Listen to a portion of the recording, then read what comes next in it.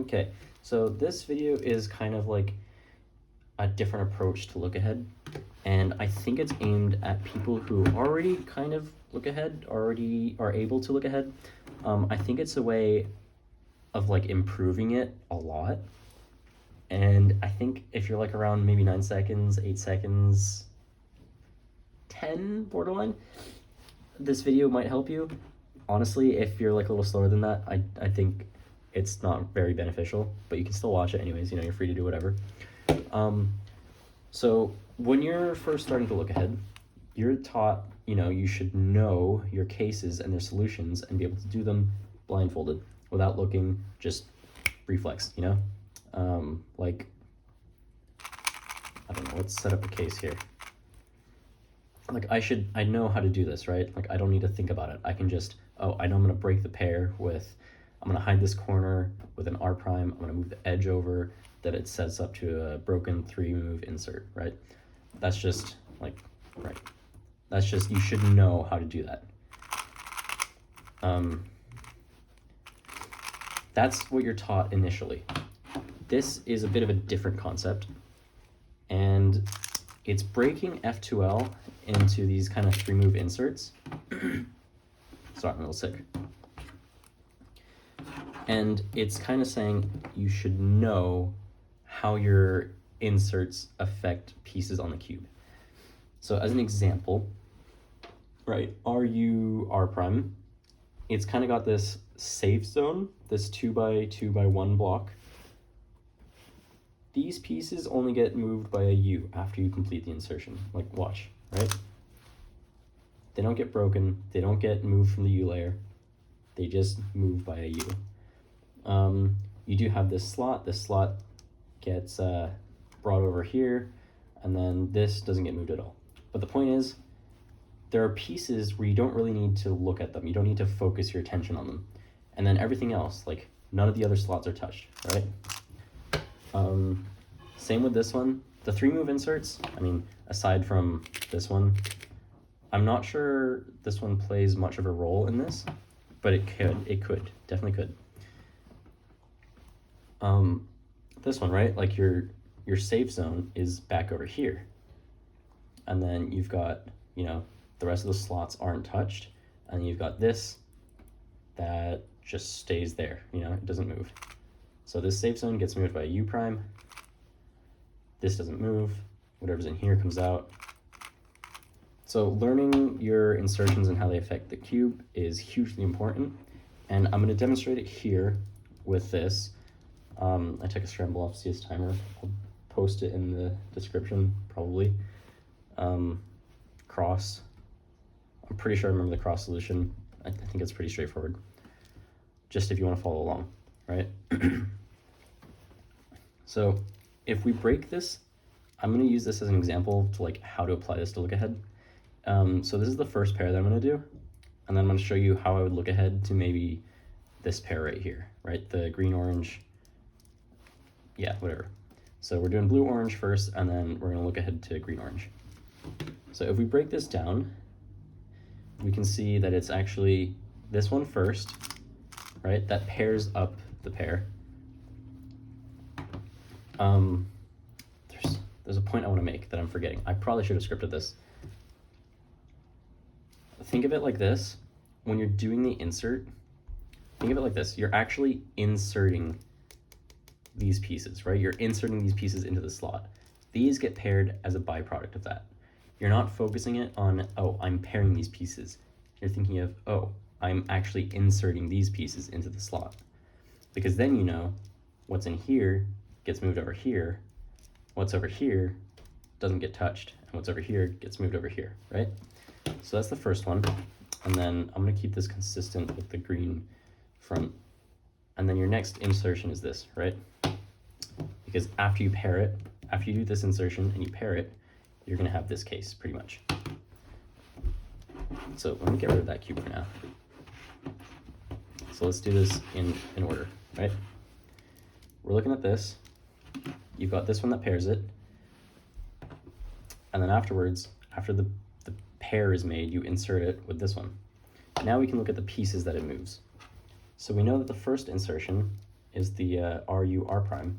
We've got this safe zone. This slot comes out, and since we're looking at this corner, we also know that, hey, whatever's in this slot doesn't get touched by the moves that I do, right? This insertion doesn't touch it. This insertion does not touch it. So we don't need to actually like focus our attention on this corner. We know the corner's there. We don't need to focus our attention there.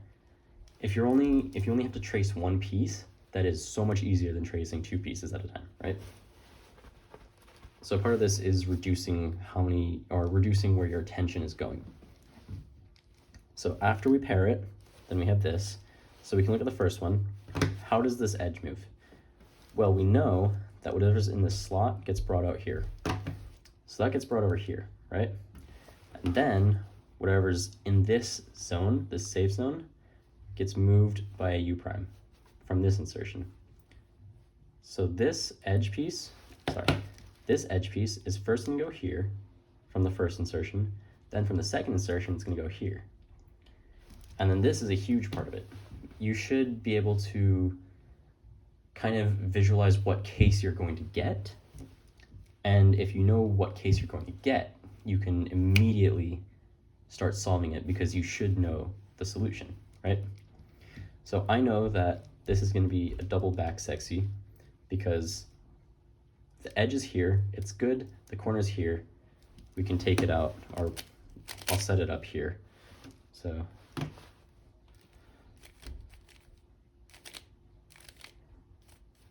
yeah, it's this case right here. It becomes this case. So you should be able to visualize like, what case do I get after I solve this? And that's a lot of that is just because you know how your insertions affect the other pieces, right? So I'm actually gonna do this under the table. Go to table right here, this thing. And I'm gonna show you that I'm gonna do both of these pairs without looking at the cube, just because I knew how the insertions worked. So the cube is right there, right? You can see it going under the table. You just have to trust me that it's there and I'm not looking at it. But as you can see, both pairs got solved, right? Now we're gonna do the next two pairs. And I think this is actually something you should practice doing F12 blind, where you solve cross and then you plan like two pairs. You can do more than two pairs. I don't really see a benefit, so I just say do two pairs. But we're gonna break up these two pairs. We're gonna break up this F12 case into the insertions again. So I'm gonna try to keep it, yeah, so green front. So the first one is actually this. No, it's this one right here. That's my bad. And then it becomes a U prime away from this. Not U prime, a U away from this, right? So again, I don't want you to think of it as I'm breaking up this pair. I want you to think of it as I'm inserting this block, because that's what you're doing first.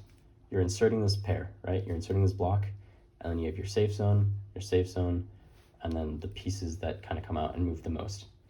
And again, you're the slots that get affected. So in this case, it's only one slot that gets affected, and it's the back and the back, right? Sorry, the back and the back, just the back on both of these, for both insertions, the back left. So once you know how the piece moves, you can say, okay, well, this corner is the one that I want to trace because I know this edge isn't going to move, right? This slot doesn't get touched. So this corner, when you do this insertion, you're looking at an orientation change. So I find it easiest to trace white pieces just because I'm a white solver. I'm not color neutral, whatever. 2022 probably should be color neutral. I don't care. But I know that this gets put over here. This white sticker specifically is put over here. And then when we're a U away, we say, okay, well, actually, what was over here gets put over here.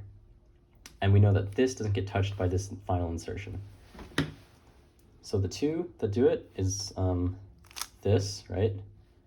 And then we're U, so our white sticker went here, and our white sticker is now here, and then we insert, So we can say, oh, well, I know what this case is. The edge is bad. You can either pair it up like that, rotate, insert, or you can take the edge out and have the 3 move from across like that. And I'll show you. This one I won't put under the table. I mean, I'll put it under the table, and then I'll undo the solution, and then I'll show you what I did. Okay. Right. Nope, that's not what happened. There we are. I forgot the U.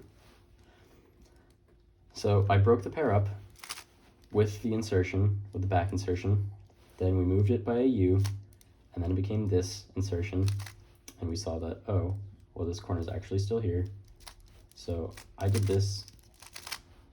Other people might do something, other people might go like that. It doesn't matter that much. Whatever. But, you know, like, once you're able to break, or once you're able to understand how your solutions affect pieces, you can kind of break your solutions into those insertions, and then I think your F2L look ahead will just skyrocket.